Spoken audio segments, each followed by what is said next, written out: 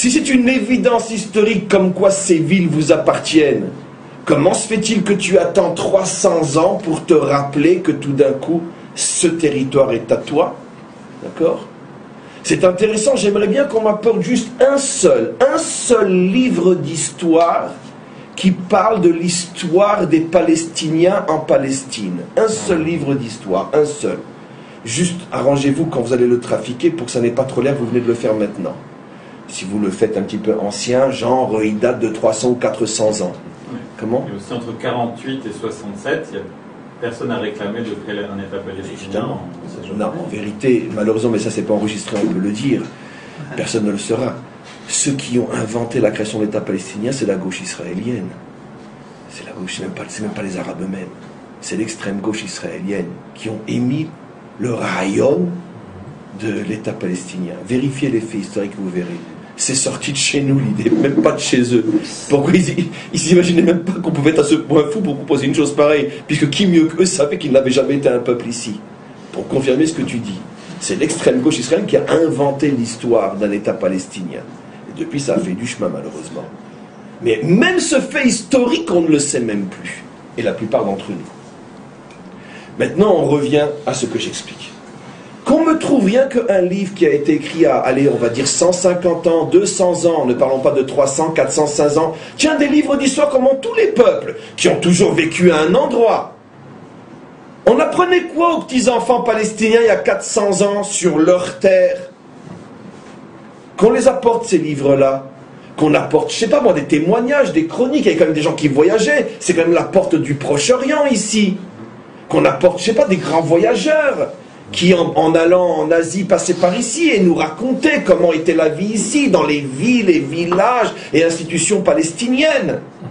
Qu'on nous parle de ça. Qu'on remonte même très très loin, à l'époque où ils avaient déjà un grand temple, une grande mosquée sur le Harabayit.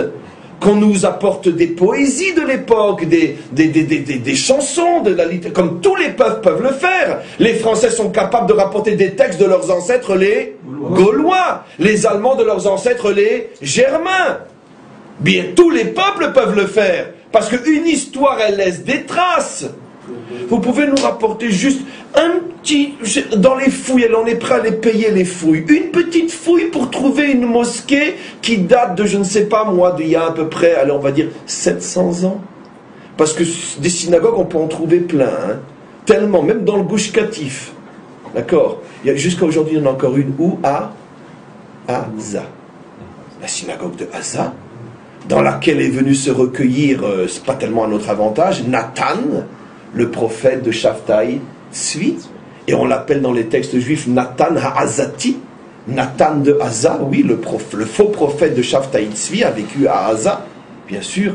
Ne parlons pas bien sûr de la synagogue de Jéricho, qui est une pure merveille avec des petites pierres en moabite, etc., qui a quand même plusieurs siècles, celle-là aussi. Vous pouvez nous trouver une petite mosquée, juste une, qui aurait un peu plus que 400-500 ans. Vous en avez une, je vous promets, on la congèle, on la met au congélateur, on la montre à tout le monde. Vous en avez une école de l'époque, je sais pas moi, une mairie, une préfecture, quelque chose quoi, je sais pas. Un texte un peu vieux, que quand on le prend, il y a un peu de poussière, que ça fasse vrai. Parce que nous, des textes, on peut vous en apporter. Hein. Les fouilles, n'en parlons pas, on est les spécialistes des fouilles.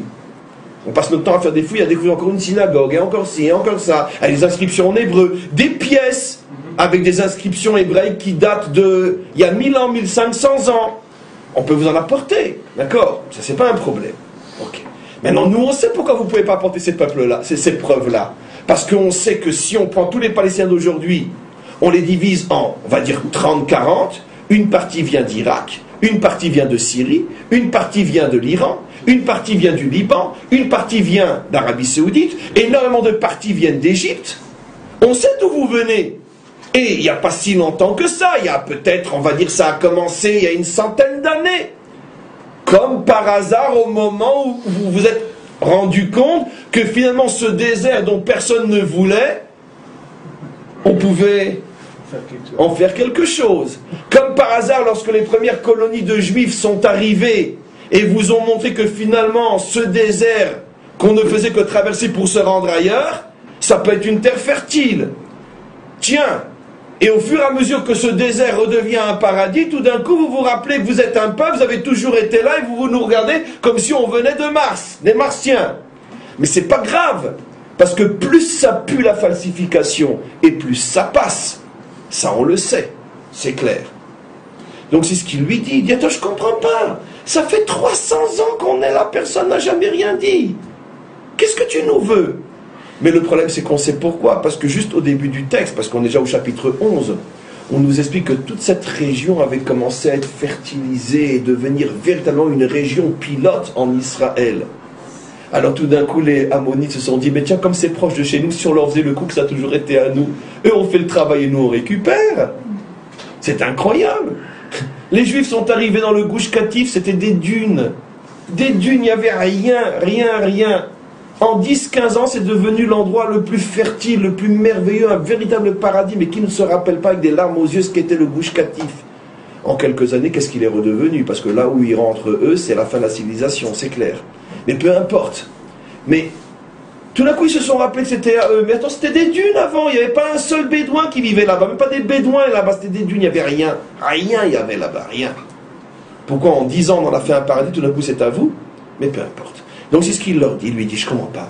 Si encore ça faisait 300 ans depuis que nos ancêtres sont arrivés ici, que vous ne cessiez de réunir l'ONU et de convoquer des commissions d'enquête et de condamnation, etc. Au moins on pourrait dire, comme c'est bizarre, depuis qu'on est là, Iran, il y a quelque chose de vrai. Mais pendant 300 ans, on ne vous a pas entendu. Alors qu'est-ce qui se passe maintenant? Ah, parce que cette région est devenue fertile, parce qu'on y a découvert du pétrole.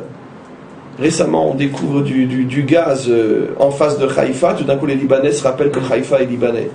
Mais ils n'ont même pas honte. Mais vous imaginez si nous, tout d'un coup, on disait que la Tour Eiffel est à nous? Mais vous imaginez? Mais vous imaginez? En français. Vous imaginez? Mais vous imaginez, aux Américains, on leur ferait un coup pareil, alors qu'eux ont des îles qui ne sont pas eux partout dans le Pacifique, qu'ils ont véritablement volé aux indigènes. Si quelqu'un venait et leur disait maintenant Hawaï, c'est pas à vous. C'est vrai d'ailleurs, c'est un vol Hawaï, c'est une ville indigène. Mais c'est des déclarations de guerre. Qu'est-ce qu'ils ont fait les Anglais il y a quelques années lorsque... Au Malouine. Je comprends pas. Et nous, en face de Haïfa, pour une fois qu'on trouve du gaz, c'est tout libanais. Mais ça ne dérange pas. Pourquoi ils ont un accord dans la Torah? Avec les Juifs, ça passe. Pourquoi? Parce que le monde se fout royalement de la vérité. On ne veut pas des Juifs, Nekuda. Plus c'est faux et plus ça passe. Donc c'est ce qu'il leur dit. Pendant 300 ans, vous vous taisez. Je ne comprends pas, le Coran a été écrit déjà il y a combien? 500, 600 ans. Tout d'un coup, il faut attendre l'an 2000 et quelques pour savoir que Jérusalem est la capitale de l'islam. Et que c'est la deuxième ville sainte de l'islam. La troisième. Nous, nos villes saintes, elles sont écrites dans notre Bible déjà depuis combien de temps? Depuis 3500 ans. Elles sont toutes nommées, nos villes saintes. On n'a pas attendu. 3500 ans, on a la preuve de nos villes saintes. Troisième ville sainte de l'islam, c'est quand même énorme, puisqu'ils ont des millions de villes. Troisième ville sainte, pas un mot dans le Coran. C'est ce qu'il dit Iftar. Mais c'est incroyable comme Iftar savait pas. Il faudrait peut-être le ramener puis l'envoyer à l'ONU. Parce que tous nos minables diplomates, etc., je veux dire, mais c'est insupportable. C'est insupportable. Et puis après, je veux dire, ils font le malin. Oui, mais nous, aujourd'hui, on est moderne, on est truc comme ça. Mais excuse-moi, hein, nos vieux juifs religieux étaient 100 fois plus modernes que vous. Eux, ils savaient parler. Eux, ils savaient s'exprimer. Et avec un langage très moderne, très juste. Parce qu'ils savaient dire exactement ce que l'autre avait besoin d'entendre. Bien sûr. Mes amis, maintenant on va